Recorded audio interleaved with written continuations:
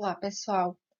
A aula de hoje é sobre um tipo de divisão celular diferente do que a gente viu em relação à mitose, né? A aula de hoje, então, é sobre meiose, né? E nós vamos ver os principais aspectos, né? As principais características e consequências desse processo de divisão celular.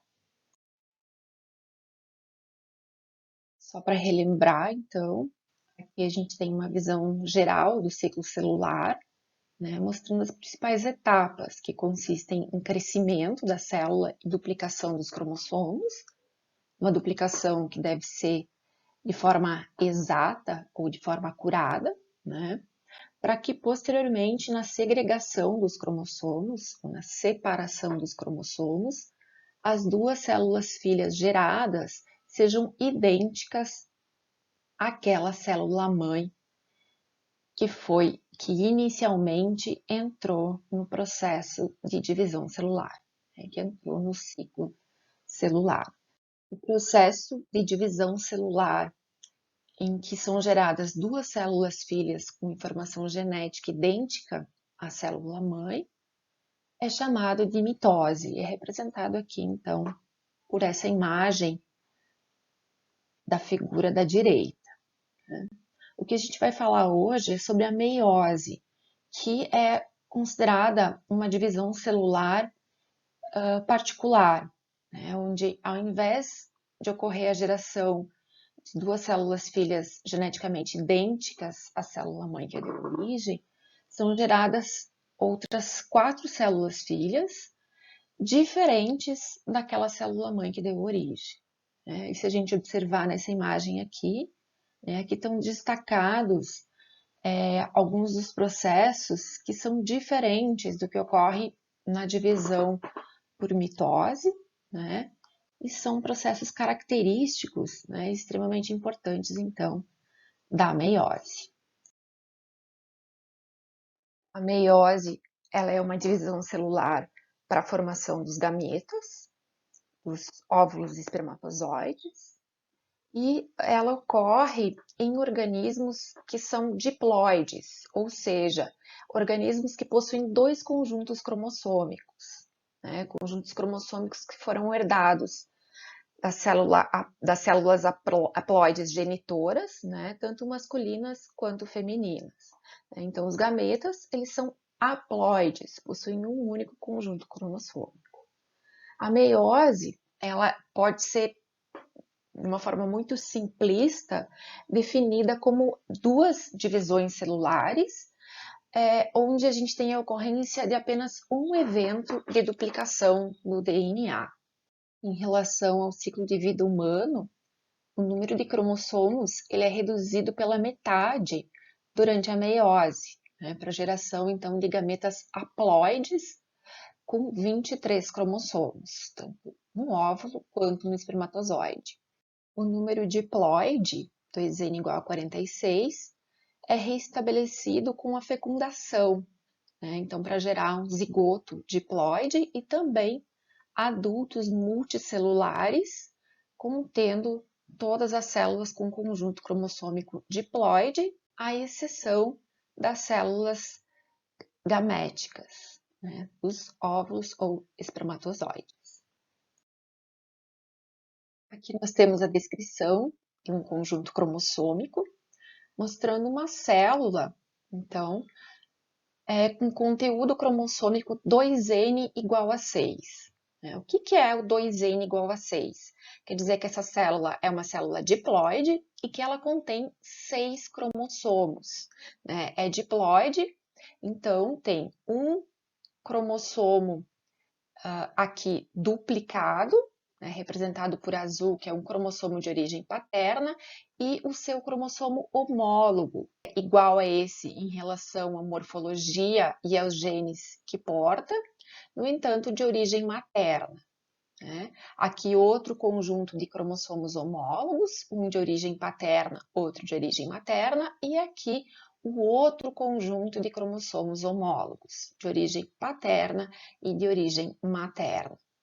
Todos esses cromossomos compostos de duas cromátides irmãs, porque já foram duplicados, né? Já foi feita a cópia exatamente igual do DNA, certo? Então, essa célula é uma célula diploide 2N igual a 6, com um conjunto cromossômico recebido da mãe, né, de uma célula haploide materna, com N igual a 3, e o outro conjunto cromossômico, então, recebido do gameta paterno, né, que era um gameta haploide com N igual a 3. Nessa imagem, a gente tem a representação de um cariótipo humano, mostrando os 23 pares de cromossomos, sendo 22 pares chamados de cromossomos do tipo autossomos e um par de cromossomos sexuais. Esse cariótipo aqui, né, é de um macho, né, cujos cromossomos sexuais, então, são representados pela presença de um cromossomo X e de um cromossomo Y. Né? Então, cada um desses cromossomos aqui, né, por exemplo, do par 1, né, um cromossomo estava presente no gameta feminino e o outro no gameta masculino. Né? Então, esse indivíduo aqui ele herdou um conjunto cromossômico do pai e o outro conjunto cromossômico da mãe. Aqui a gente tem a representação também de um cariótipo de um indivíduo do sexo masculino, né, um indivíduo normal, né, mas um cariótipo utilizando um padrão de bandeamento. Né. Aqui essa imagem, na verdade, é só para a gente ter uma ideia, né, do que são cromossomos homólogos, né, e o que são cromátides irmãs. As cromátides irmãs a gente já viu na mitose. Né? Cromátides irmãs, então, são cópias exatas uma da outra. Né? São cópias, então, que foram duplicadas, ou melhor, cópias que foram geradas durante o processo de síntese do DNA. Então, aqui a gente tem um par de cromossomos homólogos, um que foi originado da mãe e outro que foi originado do pai. E cada um desses cromossomos homólogos, ou cada um desse par de cromossomos homólogos, corresponde a um cromossomo em metáfase. O que isso quer dizer? Quer dizer que esse cromossomo aqui, ele é composto por duas cromátides irmãs. Duas cromátides irmãs, então, que contêm exatamente o mesmo conteúdo de DNA. Né? São moléculas, então, que foram feitas, moléculas, né? Duas fitas duplas de DNA, né? Cada uma cópia exata da outra. Aqui embaixo, então, a gente tem a representação desse mesmo cromossomo em metáfase, né, mostrando em detalhes as cromátides irmãs, né, ainda unidas pelo centrômero, como nessa imagem à esquerda também, e cada uma dessas cromátides irmãs, então, consistindo em uma fita dupla de DNA, certo? Então, apesar da gente não ver separação ou não conseguir identificar exatamente as duas cromátides irmãs em cada uma desse par de cromossomos homólogos, né, pelo momento em que são feitas, em que são realizados os cariótipos, né, em geral são em cromossomos metafásicos, em células em metáfase, né, a gente sabe que é o período, então, que o DNA já foi sintetizado e cada um deles, então, corresponde a um DNA em fita, uma cópia de DNA fita dupla. Então, cromátides irmãs, né, são cópias idênticas de DNA, diferentemente dos cromossomos homólogos. Né? Cromossomos homólogos são aqueles que foram herdados, um do genitor materno e outro do genitor paterno. Né? Então, eles têm o centrômero na mesma posição, eles têm os mesmos tamanhos, né? Os mesmos genes, no entanto, eles não são idênticos.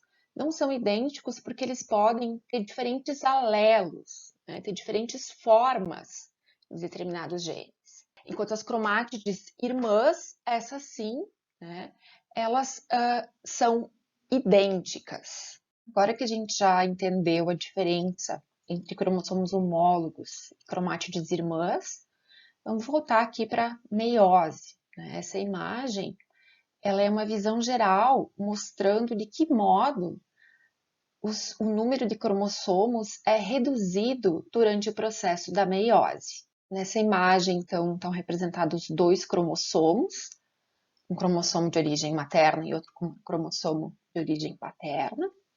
Esses cromossomos, eles são duplicados na intérfase, né? Cada um deles, então, cada um desse par de cromossomos homólogos, consistindo, então, de cromátides irmãs. Posteriormente, então, essa célula diploide, já com o DNA duplicado no período da intérfase, ela se divide por duas vezes, originando 4 células filhas haploides. A meiose, ela pode ser dividida em duas etapas, né? Uma meiose 1 e meiose 2, sendo a primeira etapa chamada de divisão reducional. Né? Divisão reducional porque é na meiose 1 que os cromossomos homólogos se separam. Né? Então, nessa etapa aqui, a gente tem a segregação de um cromossomo para uma célula filha e do outro cromossomo para outra célula filha. Né? Lembrando que, apesar desses cromossomos eles estarem duplicados, eles ainda estão unidos pelo centrômero, né, e outras proteínas associadas, né, e consistem, então, cada um em um cromossomo composto por duas cromátides irmãs. Então, a divisão reducional é essa onde ocorre a separação dos cromossomos homólogos, né, e as células já podem ser consideradas, então, como células haploides, apesar do número cromossômico duplicado. Na meiose 2, que é dita divisão equacional, então, essas células haploides, elas acabam por dividir ou por separar também as cromátides irmãs. Nesse caso, então, a gente tem a geração das 4 células filhas, né, a partir dessa célula inicial, com conteúdo cromossômico haploide. Assim como na mitose, as etapas da meiose têm várias denominações, de meiose 1 e meiose 2, cada uma delas contendo os períodos de prófase, metáfase, anáfase, telófase e citocinese, sendo que ainda, né, na prófase 1, a gente tem a denominação de outros eventos super importantes que ocorrem na meiose, que são as etapas denominadas de leptóteno, zigóteno, paquíteno, diplóteno e diacinese. Nessa imagem, tem mostrado os principais eventos que ocorrem na meiose 1, quando ocorre a separação dos cromossomos homólogos. Aqui na primeira imagem, então, na primeira representação de uma célula, a gente tem a etapa de prófase 1, né, de uma forma simplificada, né, onde a gente tem a subdivisão ainda em todas essas etapas que a gente já comentou. Posteriormente, então, aos eventos que ocorrem na prófase 1, a gente tem entradas dessa célula em metáfase 1, né, que é quando ocorre, então, um alinhamento dos pares de cromossomos homólogos na placa metafásica. Aqui, diferentemente do que ocorre na mitose, a gente tem o alinhamento dos cromossomos em pares de cromossomos homólogos.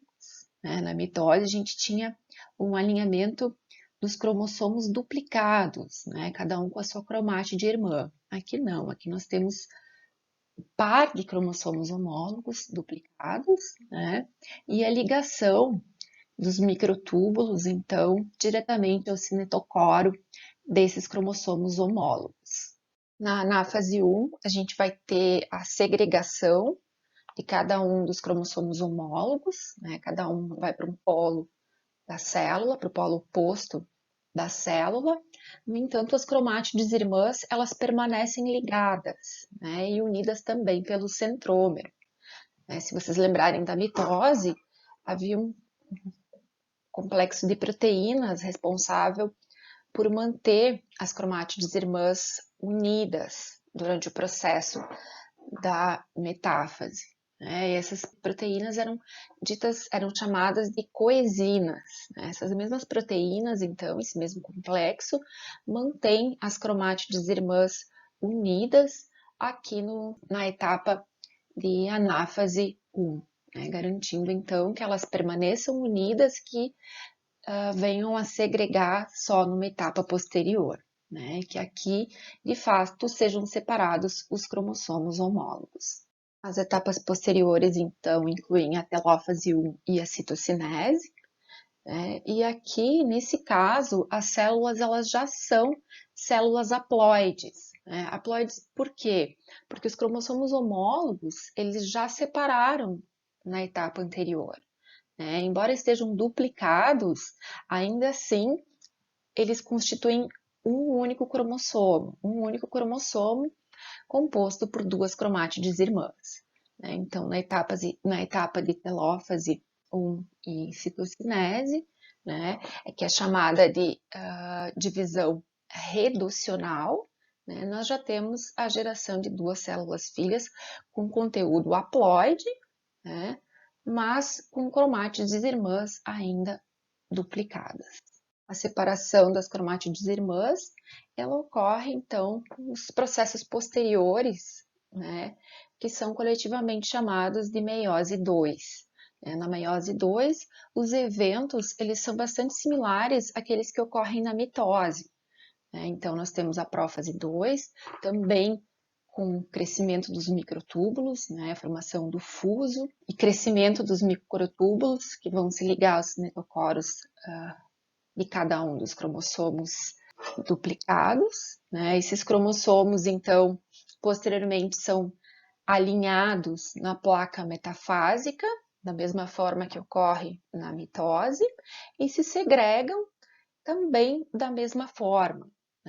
Ao final da meiose 2, então, o que a gente tem é a formação de 4 células filhas haploides, ou seja, 4 células filhas com conteúdo cromossômico reduzido à metade daquela célula mãe que deu origem, e ainda com regiões